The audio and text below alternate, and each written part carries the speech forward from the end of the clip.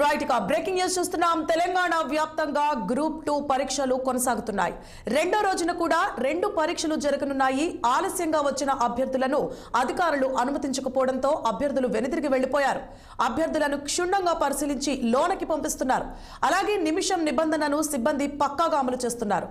సుదూర ప్రాంతాల నుంచి అభ్యర్థులు తీవ్ర ఇబ్బందులకు వచ్చి పరీక్షా కేంద్రాలకు చేరుకున్నారు.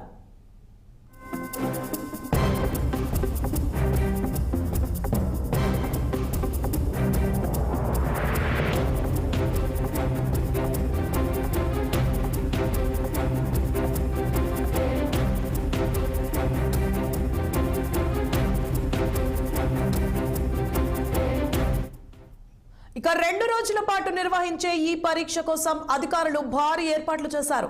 మొత్తం 783 ఖాళీలను భర్తీ చేసేందుకు ఈ పరీక్ష నిర్వహిస్తున్నారు.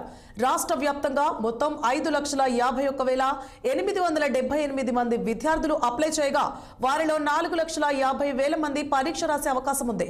2022లో గ్రూప్ 2కు నోటిఫికేషన్ ఇచ్చిన టీజీపీఎస్సీ అధికారులు ఇప్పుడు అదే నోటిఫికేషన్ పై ఎగ్జామ్ నిర్వహిస్తున్నారు. రాష్ట్రంలో 1,368 పరీక్షా కేంద్రాలు ఏర్పాటు చేశారు. ముందుగా పరీక్ష కేంద్రంలోకి అభ్యర్థులు చేరుకోవాలని అధికారులు సూచించారు.